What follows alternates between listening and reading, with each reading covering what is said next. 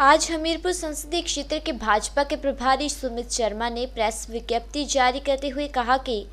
हिमाचल प्रदेश में लगभग 4.5 लाख के करीब सेना में सैनिक और पूर्व सैनिक के परिवार हैं और देश में लगभग 70 लाख पूर्व सैनिक व सैनिकों के परिवार हैं और इस देश में 1 रैंक 1 पेंशन की बात करना और उसको क्रियाबंदी तरीके से लागू करने का काम किसी ने किया है तो वह देश की यशस्वी प्रधानमंत्री नरेंद्र मोदी की सरकार ने किया। इस विषय पर मैं आपको बताना चाहता हूं कि वर्ष 2014 के अंदर जब आम चुनाव हुए तो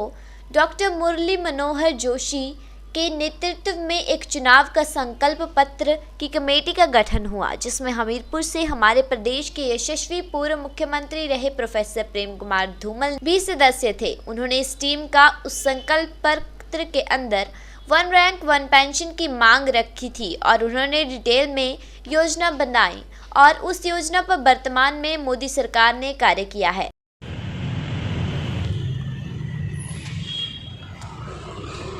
हिमाचल प्रदेश में लगभग 4.5 लाख के करीब वर्तमान सेना में कार्यरत सैनिक और पूर्व सैनिकों के परिवार हैं और इस देश भर में लगभग 70 लाख ऐसे पूर्व सैनिक और वर्तमान सैनिकों के परिवार हैं और इस देश में यदि 1 रैंक 1 पेंशन की बात करना और उसको क्रियान्वयन करना, लागू करने का किसी ने काम किया तो इस देश के यशस्वी प्रधानमंत्री आदरणीय नरेंद्र भाई मोदी जी ने किया है। इस कंटेक्स्ट में मैं आपको बताना चाहता हूं कि वर्ष 2014 के अंदर जब आम चुनाव होना तय हुए थे तो डॉक्टर मुरली मनोहर जोशी जी के नेतृत्व में एक अपना चुनाव का जो संकल्प पत्र होता है उसकी कमेटी का गठन हुआ, जिसके अंदर की हमीरपुर से हमारे प्रदेश के पूर्व में यशस्वी मुख्यमंत्री रहे प्रोफेसर प्रेम कुमार धूमल जी उस टीम के सदस्य थे और उन्होंने उस संकल्प पत्र के अंदर 1 रैंक 1 पेंशन की बात की थी और वो डिटेल्ड उन्होंने उसके अंदर इसकी योजना दी थी और उस योजना के ऊपर वर्तमान में केंद्र की मोदी सरकार ने काम किया है।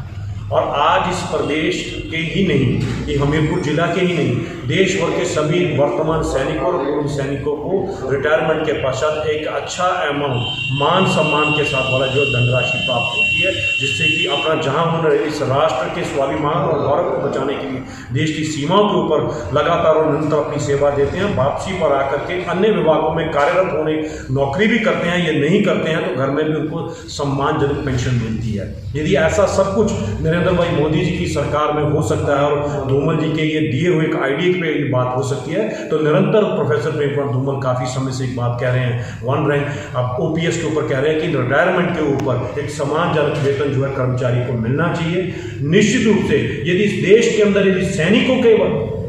पूर्व सैनिक के ऊपर किसी ने विचार किया, उनको मान सम्मान देने का प्रयास किया, यदि मोदी सरकार कर सकती है तो मैं आपको विश्वास दिलाता हूँ कि OPS के ऊपर भी कर्मचारियों के साथ भी कभी भी उनके हित की रक्षा की बात कोई करेगा तो भारतीय जनता पार्टी की सरकार ही करेगी, मोदी जी की सरकार ही करेगी। इसलिए इस बात को मेरा सभी उन कर्मचारी भाइयों से निवेदन है कि आप बरगलाए किसी के कहने पर मत आइए। निश्चित रूप से यदि सैनिकों के मान सम्मान की बात यदि भारतीय जनता पार्टी की सरकार करे तो ये भी भारतीय जनता पार्टी की सरकार ही करेगी।